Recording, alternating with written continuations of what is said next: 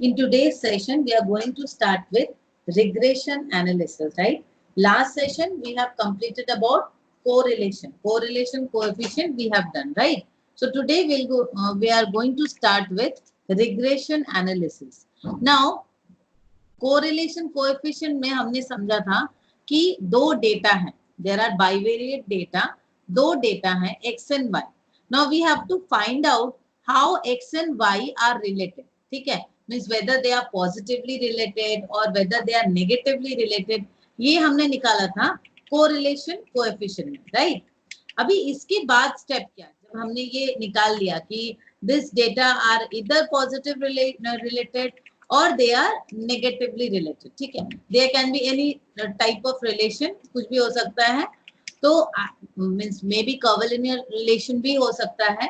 सो मैंने पहले correlation coefficient में क्या पढ़ा कि how this data x and y are related, means either positive or negative, any sort of impact can be there, curvilinear, perfect or imperfect, or they are scattered.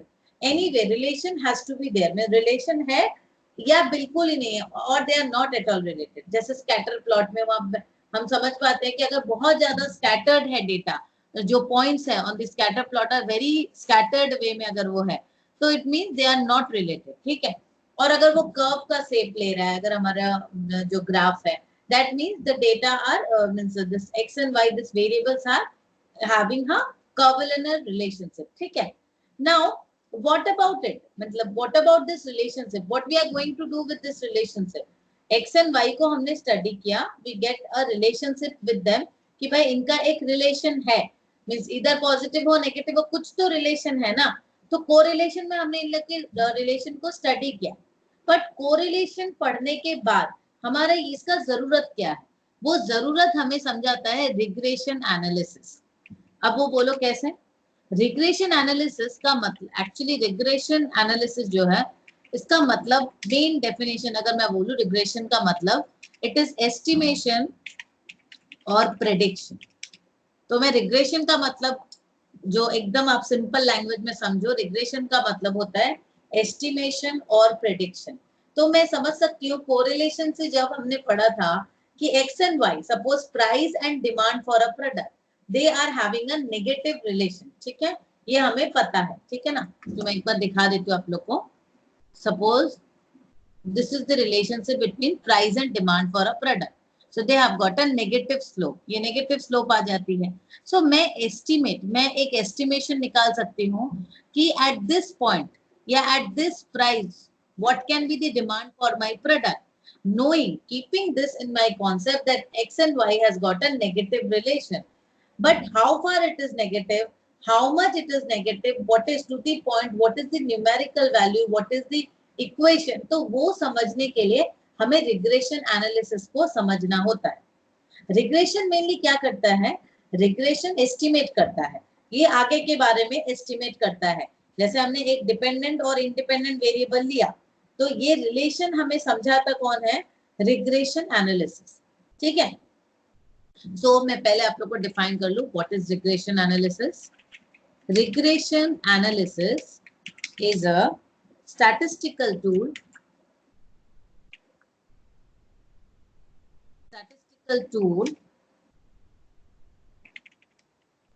for estimating the value of an unknown variable when the value of a known variable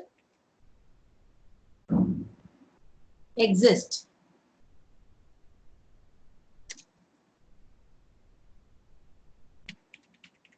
right, simple सा फंडा है कि हमें यहाँ पर एक variable का value पता है, राइट. एक वेरिएबल जो है, सपोज एक्स एंड वाई, इनका मैंने कहा पॉजिटिव या नेगेटिव जो भी. तो मैंने जब अभी आपको बताया कि ये एक उनका प्राइस और डिमांड का एक ग्राफ है, राइट. प्राइस और डिमांड का जब ये ग्राफ है, तो हमें पता है प्राइस और डिमांड का एकदम ऑपोजिट रिलेशन. सो मैं यहाँ एस्टिमेट जब मैं देखती हूँ कि इस प्राइस में, सपोज 10 रुपीज में the demand is approx 200 unit, right. ये हो गया. When the price is rising, maybe it's going to 15. आप देख लो डिमांड जो है वो डिक्रीज हो रहा है, इट्स कमिंग अराउंड 150. इस तरीके से हमें समझ में आ रहा है कि clear they had gotten inverse relations. हम लोग नॉर्मली भी पढ़ते हैं इकोनॉमिक्स में that keeping other factors constant price has gotten inverse relationship with demand, right. ये क्लियर कॉन्सेप्ट है, हमें पता है. सो नाउ जब मुझे ये पता है 10 रुपए की प्राइस में 200 quantity is demanded at price 15, 150 is demanded, then we can estimate if I am going to increase the price of my product. May be मैं कोई प्रोडक्ट बेच रही हूँ, उसका दाम अगर मैं 40 से 50 रुपए करूंगी, 40 से 50 करूंगी, करना चाह रही हूँ, तो आई कैन एस्टिमेट कि भाई इसका डिमांड कितना हो सकता है. मैं तो इसका क्वांटिटी डिमांडेड एस्टिमेट कर सकती हूँ ना थ्रू रिग्रेशन एनालिसिस. सो ये regression analysis is used as a statistical tool. यहाँ पर दो वैल्यू है, तो मुझे एक वैल्यू तो पता है, this is known variable 50, and unknown variable quantity demanded, this is not known, right. तो यहाँ पर क्या बता रहा है, regression analysis is a statistical tool for estimating the value of an unknown variable when the value of a known variable exists. तो यहाँ पर प्राइस तो एग्जिस्ट कर रहा है, एक वेरिएबल एग्जिस्ट कर रहा है ना, 50 रुपए दाम बढ़ाना है मुझे, या at 50 rupees price what can be the quantity demanded. Simple सा फंडा है. अब देखिए रिग्रेशन एनालिसिस की जो हिस्ट्री है, इसके बारे में एक रिसर्च की गई थी, एक स्टडीज हुई थी. तो स्टडीज में मेनली रिग्रेशन के बारे में जब स्टडी किया गया था, उसका कॉन्सेप्ट एक हिस्टोरिकल कॉन्सेप्ट है कि वो उन्होंने average heights of parents and their children were assumed और दे हैव बीन ऑब्जर्विंग, उन्होंने ऑब्जर्व किया था कुछ हाइट्स ऑफ फादर्स, माने फादर्स या पेरेंट्स आप बोलो, एंड देयर सन्स. तो देखा गया, मतलब they have given a concept called mediocrity. हम लोग जैसे मीडियो बोलते हैं ना, मीडियोकर, तो मीडियोक्रिटी टर्म उन्होंने दिया. ये टर्म का मेन मतलब है कि मतलब इन्होंने जो रिग्रेशन से स्टडीज की थी कि टॉल्स एंड शॉर्ट, मतलब टॉल या शॉर्ट फादर्स का सन्स और टॉल्स एंड शॉर्ट फादर और उनकी हाइट, उनके रिलेशनशिप स्टडी के. तो उन्होंने ये जो मीडियोक्रिटी कॉन्सेप्ट दिया था, ये कॉन्सेप्ट बेसिकली क्या बताता है कि heights of the father and the son was established by relation, that is offsprings of abnormally tall और short parents tend to regress back to the average height of the population. उन्होंने ये जो mediocrity का concept इसलिए दिया था क्योंकि उन्होंने स्टडी किया, एक ग्रुप ऑफ पॉपुलेशन को स्टडी किया. स्टडी करके उन्होंने क्या देखा कि एक माने एवरेज में अगर देखा जाए हाइट्स ऑफ पेरेंट्स और Heights of their children, corresponding children, तो इसका मतलब अगर कोई पेरेंट्स एबनॉर्मली लंबा है तो उनके बच्चे भी एबनॉर्मली लंबे होंगे, ऐसा नहीं है. उनके जो बच्चे हैं, जो नॉर्मल बच्चे हैं, वो नॉर्मल एवरेज हाइट में ही उनके बच्चे जाएंगे, they will tend to move back to the averages. तो ये रिग्रेशन का कॉन्सेप्ट भी है, moving back to the averages. मतलब वंस वी आर एस्टिमेटिंग और we are predicting, actually we are moving back toward averages. This is a very theoretical concept but we use it. ठीक है. Regression analysis में दो चीज बार बार हम लोग study करते हैं, like regression equation and regression line. Regression equation, regression line, ये दो चीज बार बार आई. देखिए अभी फर्स्ट चीज है जो हम रिग्रेशन एनालिसिस करते हैं. रिग्रेशन एनालिसिस करते वक्त वी हैव टू वेरिएबल्स. दो वेरिएबल्स को हम क्या लेते हैं, x y. Now let's say मैं अगर x को लेती हूँ, y को लेती हूँ, y is the dependent variable, y is a dependent variable. तो डिपेंडेंट वेरिएबल का मतलब क्या होता है, the value of the y will be dependent on x. अगर x इंक्रीज होगा या डिक्रीज होगा, x y की वैल्यू भी डिक्रीज होगी या इंक्रीज होगी, राइट. तो ये जो डिपेंडेंट वेरिएबल है, we also say dependent variable as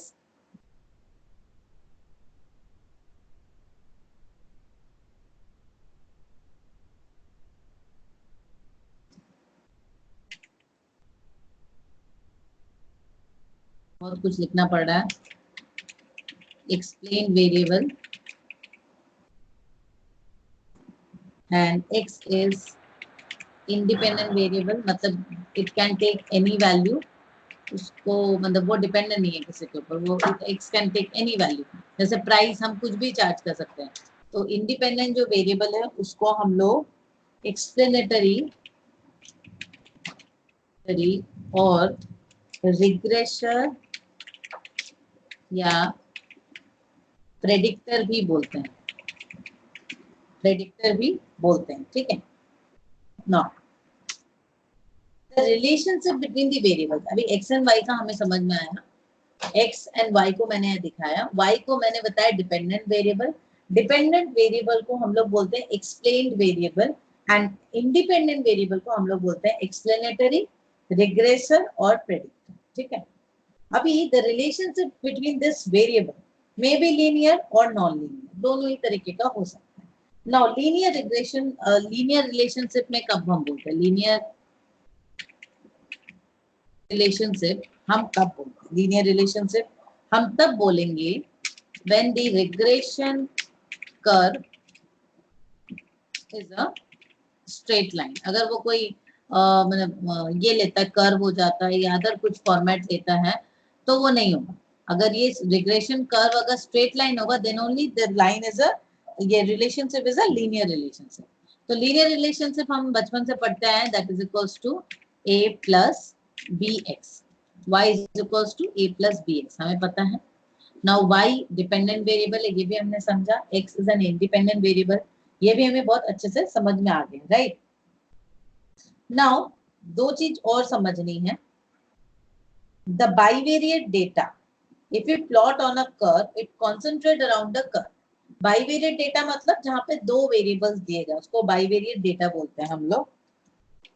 मैं कर्व ऑफ रिग्रेशन, तो कर्व ऑफ रिग्रेशन किसको बोल रहे हैं हम लोग, when we actually plot the bivariate data, it concentrates around a curve, उसको बोलते हैं कर्व ऑफ रिग्रेशन, ठीक है। और मैं बोल सकती हूँ कर्व और on linear regression, simply if curve is not a straight line।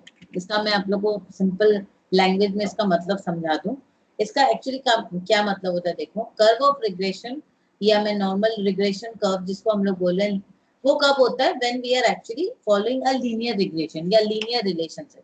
तो जब लीनियर रिलेशन होगा तो क्या होगा, जैसे ये एक वन लाइनर रिलेशन है ना, तो ये देखो दोनों चीज कहीं ना कहीं पे सपोज एक्स और वाई जैसे कहीं ना कहीं पे इंटरसेक्ट करेगी, देखो बोथ ये इंटरसेक्ट की एक्स एंड वाई दोनों की वैल्यू मैंने यहाँ पे बिठा दी, तो ये क्या इंटरसेक्ट किया, so this both came in a curve that is a straight line curve. तो इसको हम बोलेंगे रिग्रेशन, कर्व ऑफ रिग्रेशन, क्योंकि देखो when we actually plot the bivariate data, bivariate है दो डेटा है, it concentrate around a curve, ये कर्व के आसपास ही रहेगा, इसी वजह से इसको कर्व ऑफ रिग्रेशन भी बोलते हैं। बट जब एक मैं अगर कर्व बनाती हूँ इस तरीके का, कुछ इस तरीके का, दैट इज कर्व्ड और non linear regression, so it is definitely not a straight line curve. तो जब स्ट्रेट लाइन कर्व नहीं होगा that means that does not have any linear relation, वहां पे क्या हो गया आपका नॉन लीनियर फंक्शन आ गया, ठीक है। अब देखो एप्लीकेशंस भी हैं, कुछ रिग्रेशन एनालिसिस के कुछ एप्लीकेशंस हैं, थियोरेटिकली ये जानना जरूरी है कि what is the application. Normally क्या होता है, रिग्रेशन एनालिसिस हमें एक एस्टिमेट करने में हेल्प करता है कि एक डिपेंडेंट वेरिएबल है और एक इंडिपेंडेंट वेरिएबल है, तो डिपेंडेंट वेरिएबल कितना डिपेंडेंट है, व्हाट इज द परसेंटेज, वो एक समझा दे रहा है मुझे। सेकेंडली मुझे एस्टिमेट करने में भी इजी हो जा रहा है। इसके बाद होता है measures of error, like standard error of estimate is calculated, कि मैं कितना सही हूँ, मतलब एवरेज से मैं कितना by far we have went so far, मैं एक्चुअल वैल्यू जो है वो मतलब स्टैंडर्ड एरर कितना आ रहा है मुझे ये देखना है, मतलब ऑब्जर्व्ड से एक्चुअल में कितने डिफरेंसेस आ रहा है। Coefficient of correlation can be obtained with the help of regression coefficient. अभी देखो कोएफिशिएंट ऑफ कोरिलेशन भी हम निकाल सकते हैं बैक कैलकुलेशन करके with the help of regression coefficient. Now regression coefficient हम ये फॉर्मूला में निकालेंगे रिग्रेशन कोएफिशिएंट, तो वहां से हमें समझ में आ जाएगा।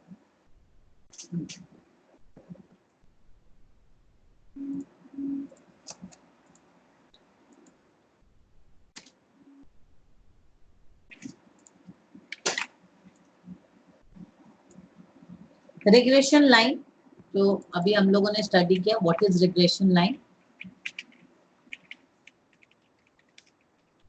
रिग्रेशन लाइन क्या, जस्ट एक एस्टिमेट देने में हमें हेल्प करता है। A line that gives best estimation of one variable for any given value of other variable. जैसे हमारे पास यहाँ पर है ना x and y, we have two variable x and y। So जब मुझे y का पता है, if we know about the y के इक्वेशन मुझे पता है, मैं वहां से x का जो भी वैल्यू आएगा वो मैं निकाल सकती हूँ, या मुझे x का वैल्यू अगर पता है तो मैं y का वैल्यू एस्टिमेट कर सकती हूँ। So regression line just gives the best estimation of one variable for a given any other variable. ठीक है, इस तरीके से। तो मतलब दो रिग्रेशन लाइन होते हैं, जैसे regression of x on y and regression of y on x। ये दो इक्वेशन होते हैं, दो लाइन होते हैं जिसका हमें इक्वेशन निकालना होता है। जब हम मैथ्स करेंगे ना प्रैक्टिकल, तो मैथ्स में हमें बस ये दोनों का इक्वेशन ही निकालना होता है। जैसे regression of x on y, तो एक्स ऑन वाई हम लोग क्यों करते हैं, इट गिव्स एस्टिमेटेड वैल्यू। हमें यहाँ पे क्या मिलता है, it gives estimated value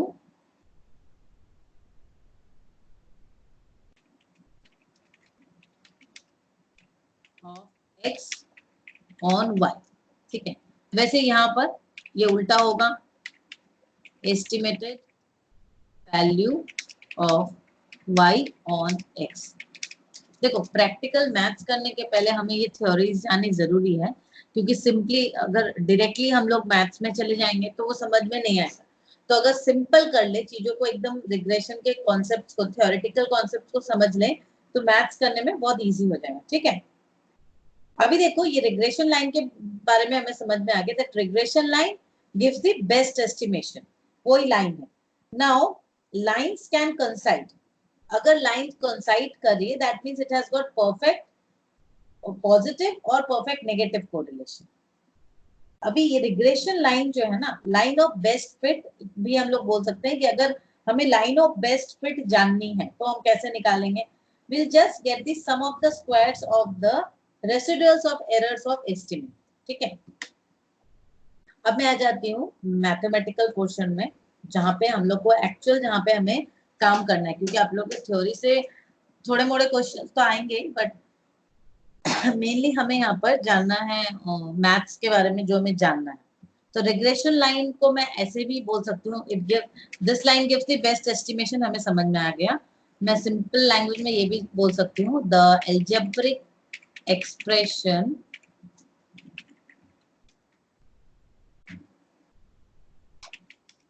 of regression line is called regression equation.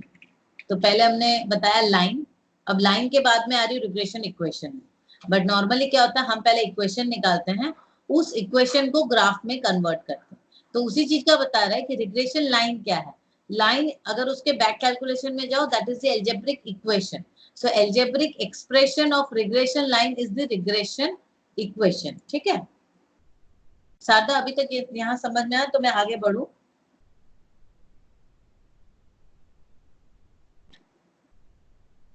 Math करके अगर समझाते तो और भी ज्यादा क्लियर होता। मैथ्स तो मैं बढ़ूंगी, पहले थ्योरी मतलब फॉर्मूला तक अभी तक हम लोग नहीं पहुंचे हैं। ये जो 3 लिखा है ना आपने, ये तो जब तक नहीं कर रहे ये तो ठीक ठाक क्लियर नहीं हो रहा। हाँ वो तो नहीं होगा, लेकिन थोड़ा सा रुको, जब तक ये नहीं थ्योरी, जब तक इसका फॉर्मूला भी नहीं करोगे तब तक भी नहीं समझ में आएगा। आप लोग का थ्योरी से क्वेश्चन आएगा।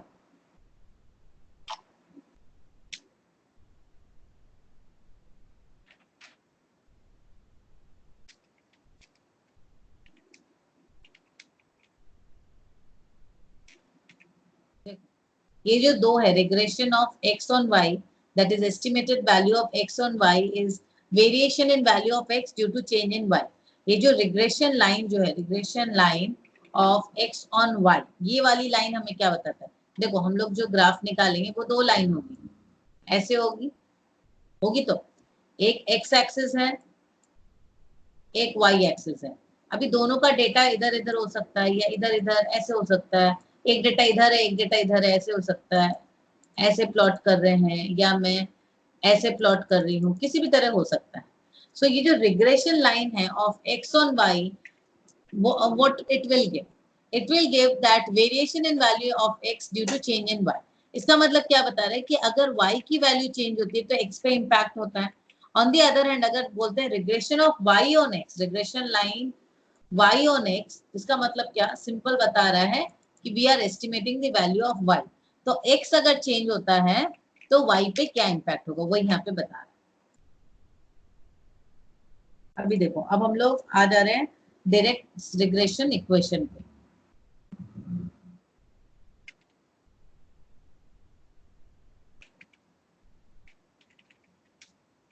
रिग्रेशन इक्वेशन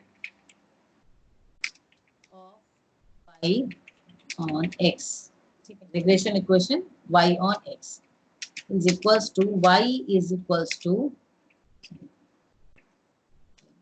मैं नीचे लिखती हूँ ना, y is equals to a plus bx, याद आ रहा है। Now we have to find the value of a and b। मुझे दोनों को निकालना है, determine by solving this equation. अभी इक्वेशन को कैसे सॉल्व करना है, यहाँ पर summation of y is equals to n a plus b summation of x summation of xy is equals to a summation of x plus b summation of x square। देखो ये equation है regression equation of y on x। इसका क्या है, ये equation है, ये तो रट्टा मानना है आपको। y is equals to a plus B x. Find the value of a and b।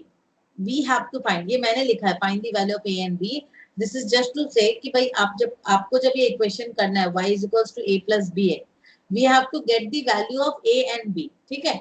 अभी हमें यहाँ पर इसको हम कैसे सॉल्व करेंगे, that is equals to summation of y is equals to na plus b summation of x, and summation of xy is equals to a summation of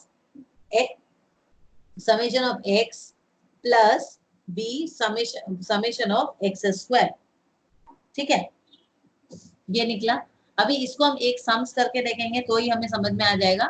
बस इसका एक और जो है वो हम देख लेते हैं, regression equation of regression equation of x on y, x on y, इसका फॉर्मूला ठीक उल्टा होगा, x is equals to a plus b y. देखो उल्टा कर लो, वहां पे था y is equals to a plus B x, तो यहाँ पर क्या हुआ, x is equals to a plus b y. बस यहाँ पर ये हो गया। तो अभी यहाँ पर क्या होगा, सेम में फिर से फॉर्मूला पुट करो, यहाँ पे क्या आएगा, यहाँ पे था समेशन ऑफ y, तो यहाँ क्या आना चाहिए Sharda, summation of x is equals to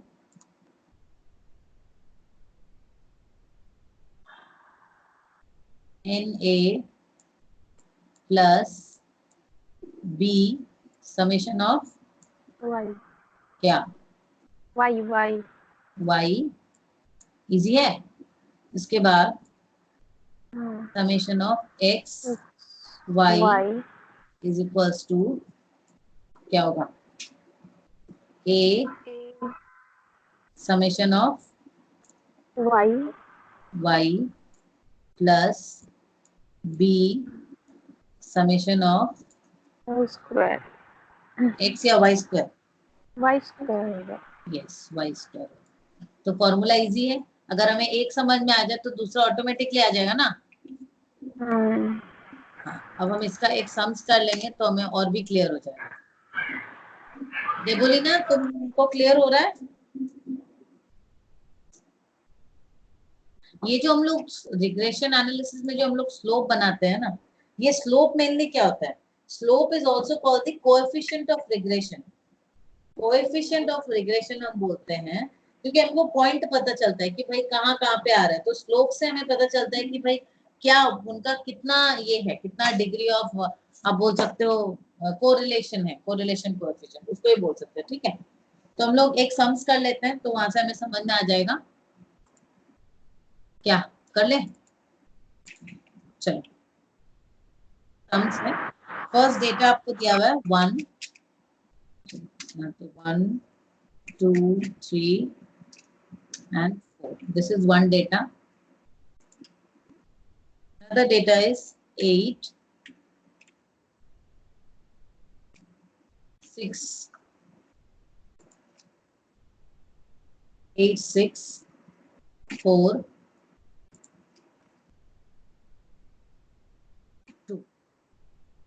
ये डेटा है, ये डेटा दिया हुआ क्वेश्चन में बस इतना ही है। The following table gives the information relating to prices and demand for a product. आपके एग्जाम में इतना ही सा डेटा दिया गया है, ठीक है, बट इस डेटा से आपको बहुत बड़ा डेटा निकालना है। So you have to calculate the regression equation. मैं इसको यहाँ छोटा सा, इसको मैं यहाँ लिख रही हूँ, again I am doing it, मैं यहाँ पर कर रही हूँ क्योंकि बहुत सारी चीजें हमको करनी है तो मैं इसको यहाँ लिख रही हूँ। तो पहले हम लोग का क्या है डेटा, जो फर्स्ट डेटा है उसको क्या हम एक्स बोलेंगे। तो एक्स कितना दिया, 1 2 3 एंड 4। सेकेंड डेटा हम लोग निकाल सकते हैं। हमारा क्या डेटा है, सेकेंड डेटा y दिया हुआ है। y कितना है, 8, 6, 4, 2। दिस इज अगेन गिवन, ठीक है ना। अभी हमको निकालना है एक्स स्क्वायर। तो x square is equals to कितना होगा, मैं यहाँ पे x ऊपर में तुमको एक्स स्क्वायर लिख रही हूँ, फिर यहाँ पे मैं y स्क्वायर दिखा रही हूँ, यहाँ पे मैं एक्स वाई दिखाऊंगी। ठीक है, यहाँ पे एक्स स्क्वायर जो है उसका समेशन करना होगा, सबका ही समेशन करना होगा यार। आ जाती है इसमें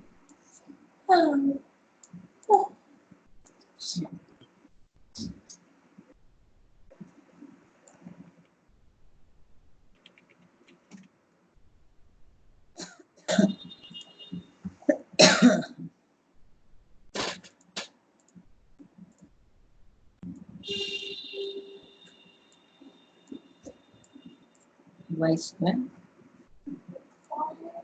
ये छोटा सा, ये सम्स में ज्यादा कुछ नहीं है, ठीक है, इससे माथा पच्ची नहीं है।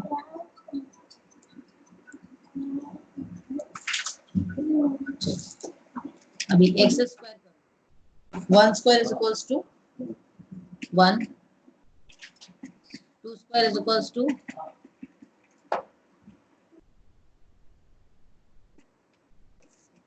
4, 3 स्क्वायर 9, 4 स्क्वायर 16। ठीक है,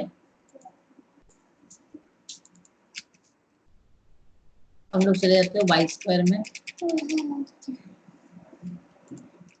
वाई स्क्वायर में कितना आ रहा है, 8 8 जा 64, 6 6 जा 36, 4 4 जा 16, सॉरी हाँ 4 4 जा 16, 4। ठीक है, अब एक्स एंड वाई हमको करना है। एक्स एंड वाई इज 8 1 जा 8। देन ये डेटा थोड़ा मतलब इसको करते करते थोड़ा टीडियस लगता है, तो इसमें मेनली जो होता है वो क्लेरिकल एरर्स होता है, नंबर्स इधर उधर होते हैं। नंबर्स का ध्यान रखने से स्टैटिस्टिक्स में और कोई प्रॉब्लम नहीं है, ज्यादा मुझे अदर सब्जेक्ट से ये ज्यादा इजी लगता है। ओके, तो अब हमको यहाँ पे समेशन किसका किसका निकालना है, सभी का निकालना है, सिंपल सा बात है। समेशन ऑफ एक्स हमारा कितना आ रहा है, x is equals to 10, 4 3 7 2 9 1 10। summation of y is coming to 20, ठीक है। summation of x square, summation of x square कितना आ रहा है हमारा 30। आप लोग प्लीज क्लास कॉल म्यूट कर लीजिए। Okay, summation of y square is equals to 120 and summation of xy is equals to 40। ये हमारा निकल गया सब कुछ, ठीक है। अभी हमें पता है फाइंड टू रिग्रेशन इक्वेशन, ये डेटा के लिए दोनों रिग्रेशन इक्वेशन निकालने के लिए दिया है, ठीक है। आप लोग को फॉर्मूला मैंने अभी इस यहाँ पे दिखाया था, this is the formula. Formula ये ना, summation of y is equals to na plus b summation of x, summation of xy is equals to a summation of x plus b summation of x square। ये दो अभी दोनों मैंने दिखाया था ना, दोनों फॉर्मूला क्या। तो पहला रिग्रेशन इक्वेशन जो है, regression equation of x on y, तो x ऑन y में हम क्या करेंगे, x is equals to a plus by। अब इसको आप लोग फॉर्मूला में पुट करो और करके बताओ मुझे। ये रहा formula, this is the data, आप लोग लिख लो। Summation x is equals to 10, summation x square is equals to 30, summation xy is equals to 40, summation y is equals to 20, summation y square is equals to 120। इसको आप लोग copy करो data को और फॉर्मूला में पुट करो। Formula मैंने अभी दिया है यहाँ पे आप लोग को।